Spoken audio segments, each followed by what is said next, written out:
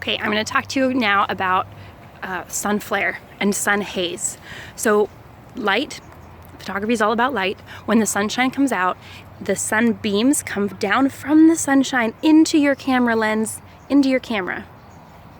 And if it goes straight in, you'll all probably have experienced this. If I point my camera straight into the sun, it gets all bright and shiny.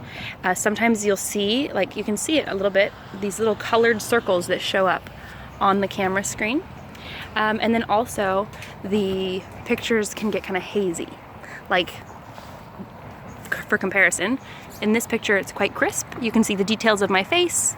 As I move around and have the sun come behind me, the picture starts to get a little blurrier. See, you lose a little detail and you see these colorful circles start to appear. Those are called sun flares. And there it's crisp again because I'm blocking the sun with my face. So the minute the sun is able to go a little bit inside the camera, you lose it. You see? Clear. The sun comes out and peaks and creates haze and flare. So when you're taking pictures of your kids or your family or friends or whatever, and you're setting up the picture, you want to be aware of where the sun is and the straight line from the sun in the sky to your camera. If you have it, let me see if I can show you this. I'm just using my phone. If I point the camera straight into the sun, it's pretty much guaranteed that I'm going to get that haze and flare.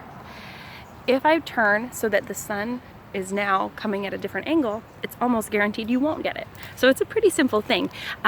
Like most of our tips, photography tricks, it's a matter of inches. You point your camera right at the sun, just 1 inch to the right avoids the sun flare.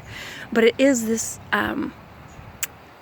it takes a little bit of time to get used to it and to learn how to see it. Really the main thing here is not that you have to learn a complicated concept, it's that you have to learn how to do it reflexively. Like when you pick up your camera and you go to take the picture, at first you're gonna have to think about it, like where is the sun?